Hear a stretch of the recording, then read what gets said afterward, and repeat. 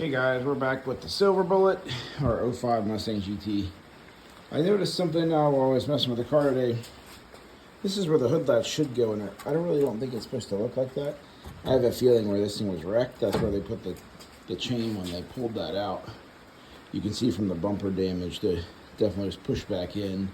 The radiator and AC vents are actually bowed in there. It won't matter for my purposes, just interesting. So the big news tonight is we got the dash out. That was surprisingly heavy. I did not think the dashboard would weigh that much. So I'm gonna have to go through tomorrow and get that airbag module out because we are not keeping airbags in this car. I don't want those going off if I'm on the track. But this is it's pretty much what the interior looks like with no plastic or headliner. I put the dome ones back in just because. But they used a whole bunch of this. So I'm used to older cars that had, they called it like asphalt underlayment, which was this thin layer of stuff that just went everywhere. But this doesn't have that. This is metal. This was all pretty wet. The carpet padding was very wet. This has all this stuff. It's like applied like caulking. And I guess it does the same thing that underlayment would have done, just kind of lessen the resonance of the shell. It's interesting though. I mean, if you really needed to clean that off, all of it off, it'd be a pretty arduous undertaking. It doesn't look like it would chip off like the old asphalt stuff would.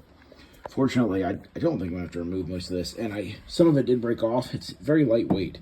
It's not like the old asphalt stuff where like a handful of it weighs a pound. This stuff doesn't weigh hardly anything. It just feels like dried caulk.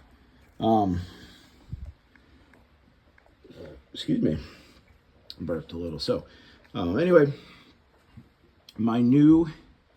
so the Rhodes case, I don't think I told you this, the Rhodes cage kit came with some bent bars. Earlier I think I showed you those.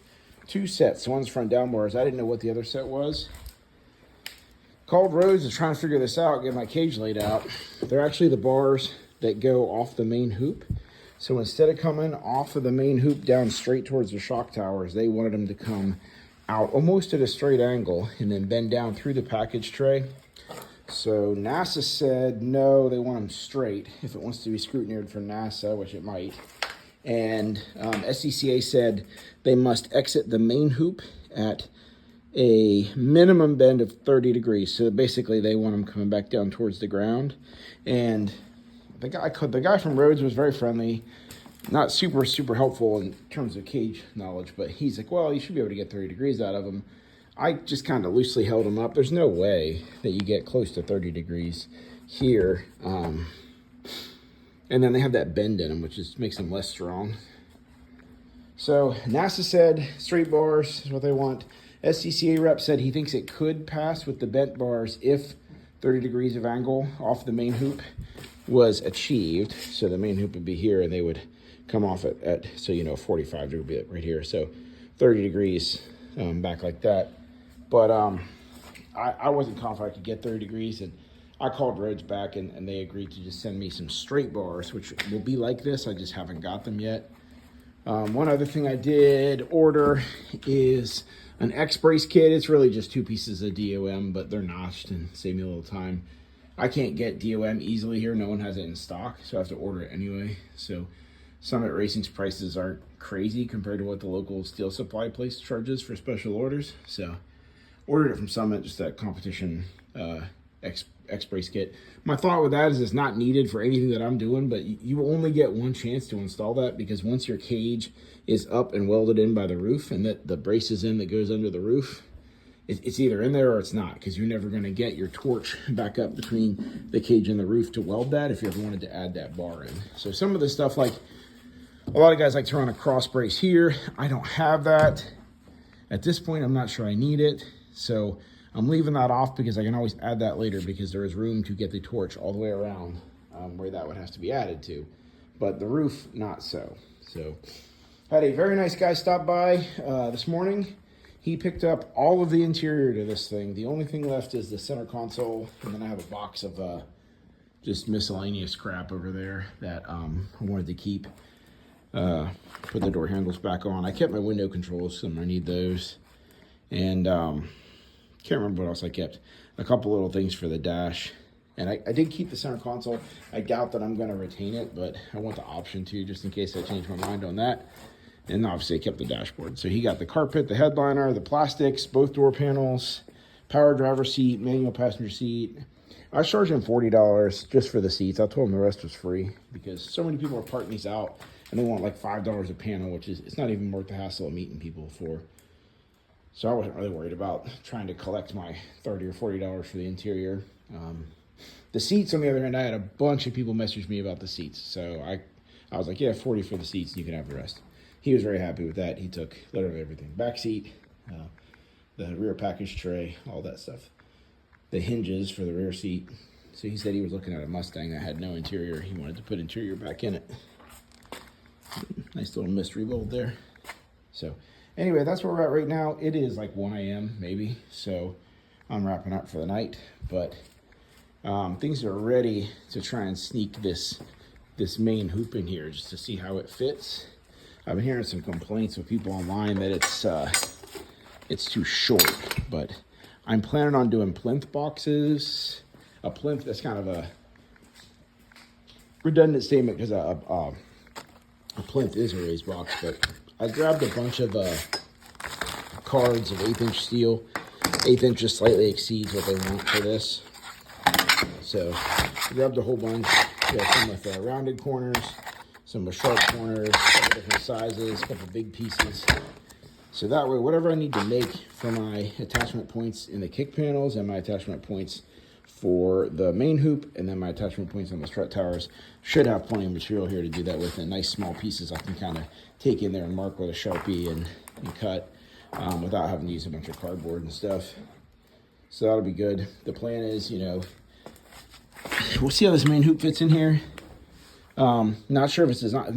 A lot of these that have this bulkhead here, they design the hoop to fit up here because this is actually a stronger part of the car, just right here on the B pillar. But if you look at the way this is designed, it is reinforced right through here. So both behind and in front of the bulkhead. So down here, if this is where that hoop looks like it wants to be, it'll be plenty strong if that's where we decide to go with it. But this sheet metal down here is thinner than this. You can kind of hear the difference. So I would prefer to go up here, which if I do that, I can't imagine that hoop's going to be too short. The problem would be if it's made to go up here and I want to go down here, then it would have problems. But anyway, I'm hoping to do a plinth box that would incorporate, wherever I put it, would incorporate both vertical and horizontal members. It's much stronger that way. It spreads any impact out over a much larger part of the car. The strut towers in the back, I'm just gonna wrap them in a piece of 1/8 and weld to the plate. And then at some point, I think I want to do a bolt-in X-brace so that I can remove it if I need to, just for the strut towers to strengthen that between them. Or a lot of guys will weld in a 1 bar there. I'm not sure, but again, that's something I can weld in later. For now, I'm just trying to get this in so that like the X-bar on the roof would be the priority. Because access to all this stuff is easy, even with the cage in place. I can squeeze back there, so it's not a big deal. But I'm gonna throw this main hoop in here and we'll see what it looks like. All right, we got that main hoop just sitting in here. And I don't think, so it's sitting in front of that ledge, right on the B pillar. And honestly, that may be where we'll have to go, and I'll show you that in a second. But the height, you really, I would like it longer because some people will drill these out, drop the cage through and weld it that way. I'm not planning on doing mine that way, but it would still be nice to have that option if they were a little longer. You can cut them flush. But as you can see, we're right up against this this reinforcement on the edge of the roof. So even though there's more room in the middle of the roof, unless the bar had a double, like a compound curve, or if they had come up and kind of cut over, but then that's cutting into your helmet room.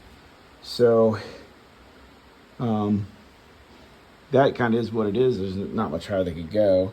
I'm not really happy with this bend, but that's, you can ratchet strap these or use a spreader bar between them and kind of put them where you want them before you weld them. Or we could do a slight attitude adjustment. I do have a hydraulic bender back there in the corner. I don't use it very much, and the dies are not for that size tubing. I have 1.5 inch, which is really close. I have really nice, really expensive Metal Pro 1.5 inch dies, and then all my other dies are these crappy ones that just come with it. I think I have like 1 7/8 or something is the next size up. I need to get more dies, I guess, but anyway, yeah. So this seems doable, you know. So the reason I don't think I can put it up here on this car is, most sanctioning bodies care whether or not you can get in or out. So they want any door bars you have to be half the height of the door. So you see the height of your door. So let's say like this is half right here, and that's a generous half right there. Okay, so that means your door bars will be below this. So whether you do NASCAR bars, which are where the 2 bars come across, you do an X bar, or you do a boomer bar, which is 1 bar, sill bar, and then a triangulated bar down that both go towards the kick panel. No matter what you do at the kick panel, you're always going to have 2 bars here. And if you don't extend this cage structure down here, you're not going to have anywhere to mount your bars to unless you just wrap this whole thing in plate. And it is a really awkward shape. It's got this big step in it. So I don't think that's going to work. Now this brace is bolt in, I guess. I see it bolts in with a whole bunch of bolts. I don't think it's going to do it any favors to remove it, even if we are putting in a roll cage. So I'm still trying to find as many pictures as I can of roll cages in this chassis. Very hard to find details from people's roll cages. I don't know if it's like a proprietary secret or people just don't think to share it. But I'm surprised like more fabricators aren't like excited about their work to share that. I don't know. Maybe they don't want people to rip it off. So for now, the plan's probably going to be roll bar to the bottom of the floor here, which means we will wrap all of this in plate. We'll do a 3-sided, and then we'll have a nice, we'll probably wrap this, and then we'll do a little box up for our pad.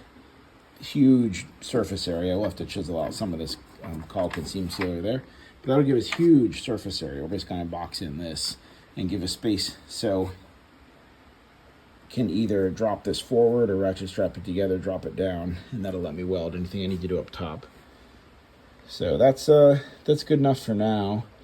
The other nice thing about the plinth boxes is you set them where you want, and then you can cut a little and push this up, and cut a little and push this up, and push it up on the plinth box, and then you have it exactly as high as you can get it, which will be nice. I don't know. I'm still waiting on my seat rails. I have these Corbeau seats. I got some very sturdy brackets for this chassis, and still kind of hoping to find a way to tie those seat mounts in. So the problem is if I ever wanted to do scca or something with it, you're limited in what you can plate, but I don't care about that. I think it's just points off if you go higher. But so if I do it, I'm already doing a flat plate here. I'm thinking I extend it out and incorporate it up into at least one of these rear seat mounts. Ideally, I would really like to have both come out to both of these, but this is sheet metal and it is flared, so it looks thick, but it's still sheet metal. It's a thicker sheet metal.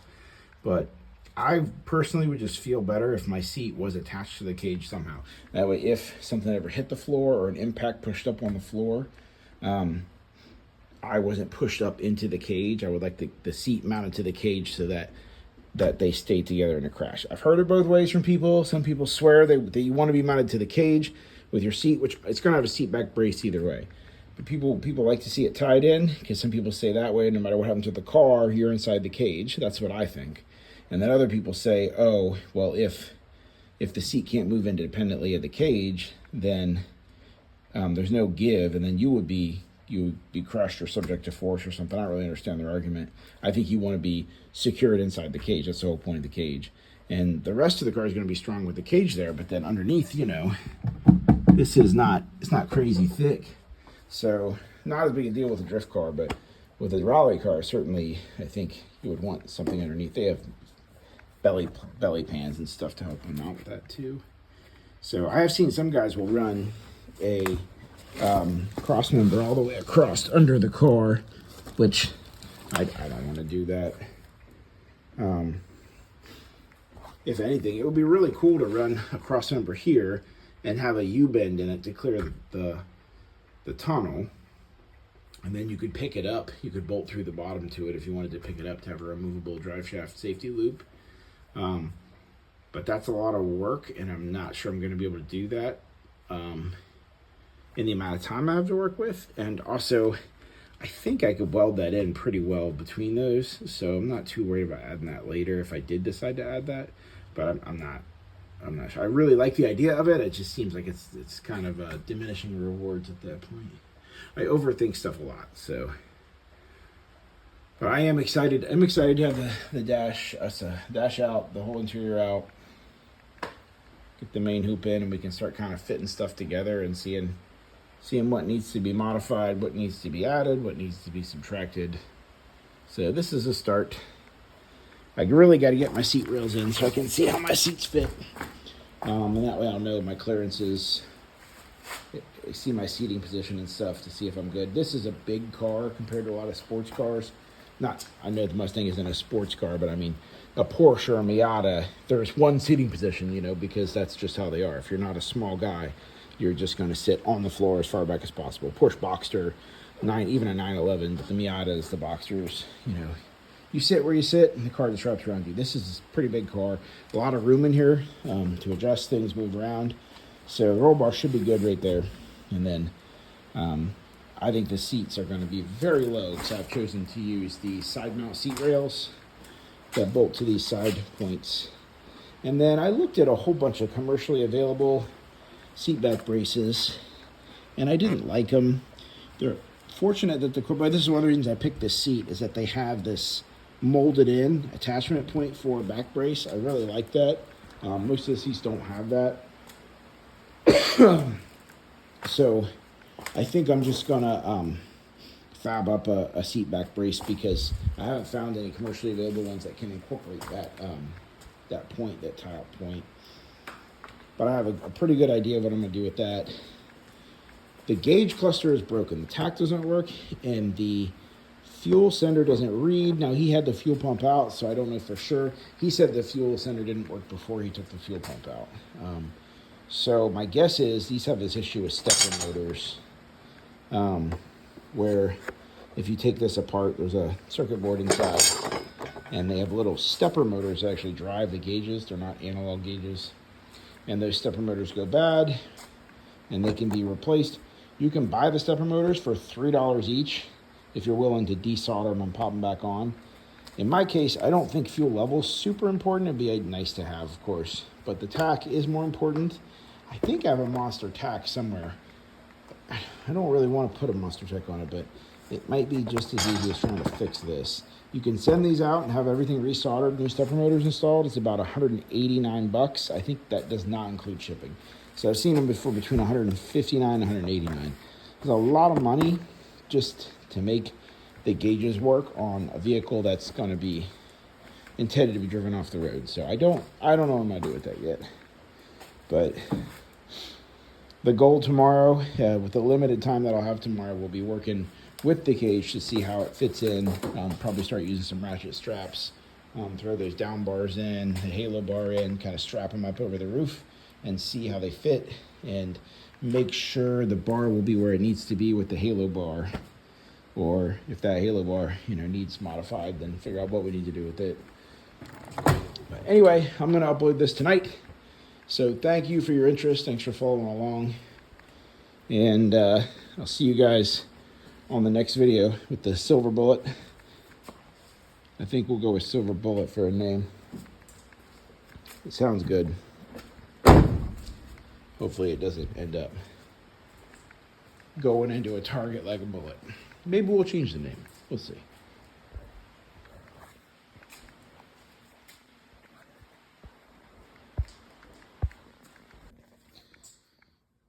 Okay, it is the next night. I picked up some more 1/8" plate, some big sheets. I posted in a group for some guys, a lot of guys that have track Mustangs, and ask, you know, just for some guidance on the plinth boxes, front and rear, and all that stuff. So those guys are almost all running to right here. I actually prefer that, and I can see how that'd be stronger. It does make me nervous with this just being like stamped steel, not going down to your seat mounts. So this company, Maximum Motorsports, they do a lot of Mustang suspension parts. They also sell roll cage kits. They have a replacement for these stamped steel braces that is in plate steel. That's a fabricated option. It's $217, which is honestly pretty reasonable considering the amount of fabrication that goes into them. I don't like that they're just a literal replacement of the factory ones. It seems like there's opportunity to improve, but it would save me so much time, and I'm not going to have a ton of time on this cage. So I did order a set. I'm just hoping that they will get here soon. Hopefully Monday I'll have an updated idea of shipping. But I do think I have a press brake kit for my 20-ton press. So it'll handle 1/8-inch steel, no problem. So would really like to tie this seat mount, the rear seat mount, once I get the seats in. I'm still waiting on my side rails, which I need to mount the seats, but would really like to tie that into this, so I have that 1/8-inch here. Well, we'll replace these with the plate steel ones, hopefully, and then I would like to brace or tube from here, sorry, if you can't see here, from here down to here, just to support that floor all the way from the bar to the hoop to the floor, because the hoop is going to end up being up here. So I do have some ratchet straps in just to kind of check the fit of the halo bar, which is super long. So I mean, it's got like this bar is leaned way back right now. It's not going to be leaned back quite that far. But it was just checking to see what I could do with this halo bar. I want it as far forward as possible, so it's probably going to end up further up here. And then I actually think one of these down bars is flipped because the legs are slightly different lengths. So if you look, this one lines up with this pretty well, and that one is a little higher, so I think it needs flipped. But those are going to get cut anyway. It doesn't really matter. So we'll be building a plinth box down here as well. And then a lot of the ones I see, this is the dash bar. I need to figure out where we're going to be able to mount it so we can still put the dash on. I really want to notch the dash and be able to reinstall it. But a lot of the cages I really like have a triangle brace that'll come down to the firewall. So they might have like a piece of tube that comes up from here and a piece of tube that goes down and makes a little triangle there. And I like the idea of that sticking out in front of my feet and providing that a little bracing from the roll cage to the firewall. So we may add that. We will have, these are the rear down bars, and I'm not going to be using those. They're supposed to be sending me new ones. Although I actually realized if I want to get started before I get those new ones, these will probably work as the down bars. Those are the 3 extra bars they give you. One will be, just held up with the ratchet strap kind of. This will be your diagonal. You have a harness bar that comes across. You have 2 main door bars. It's 2 of those will be the other door bar. So I'm probably going to do X braces, X bars, whatever. And yeah, so that's the 3 of those. And then I'll have those 2 extra bent ones, which are so long that you would have a lot of straight tube in them if I need it for something else. It would be really nice to put the S bends in these door bar, even if they're X bars, just to bend them out a little bit. But I don't think there's really going to be a ton of room, even with the door panels off, unless you were to do what they call a gut, which is where you cut out all this inner structure of the door. And I want the windows for sure to go up and down, and that just seems pretty hardcore to me. I don't think I need that. I think this is a big enough chassis that I'll have plenty of room on my seat, even with the X bars where they are. But we'll see.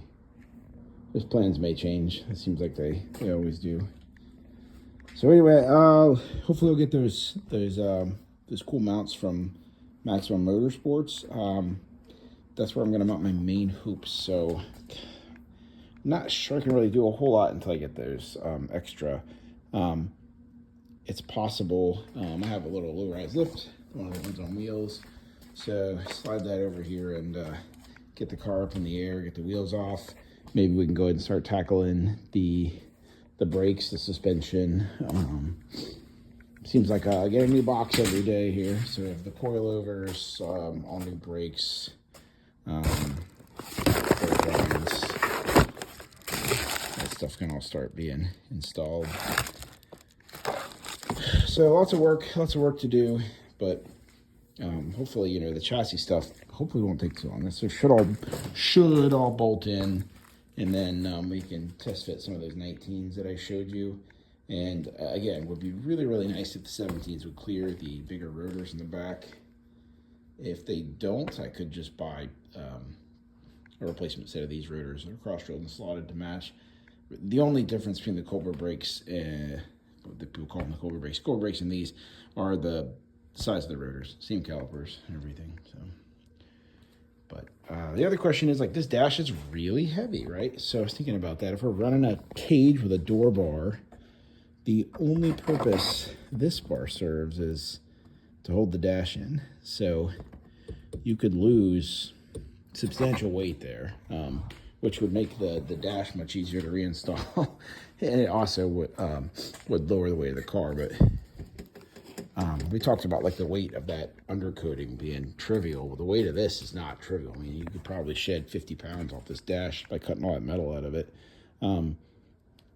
Just would have to make sure you have some way to mount it if you take it all out, because it mounts via these big bolts. But I don't know. That is something I will have to figure out, just like everything else. But I got to work tomorrow. It is late, so I'm gonna finish my beer and go to bed.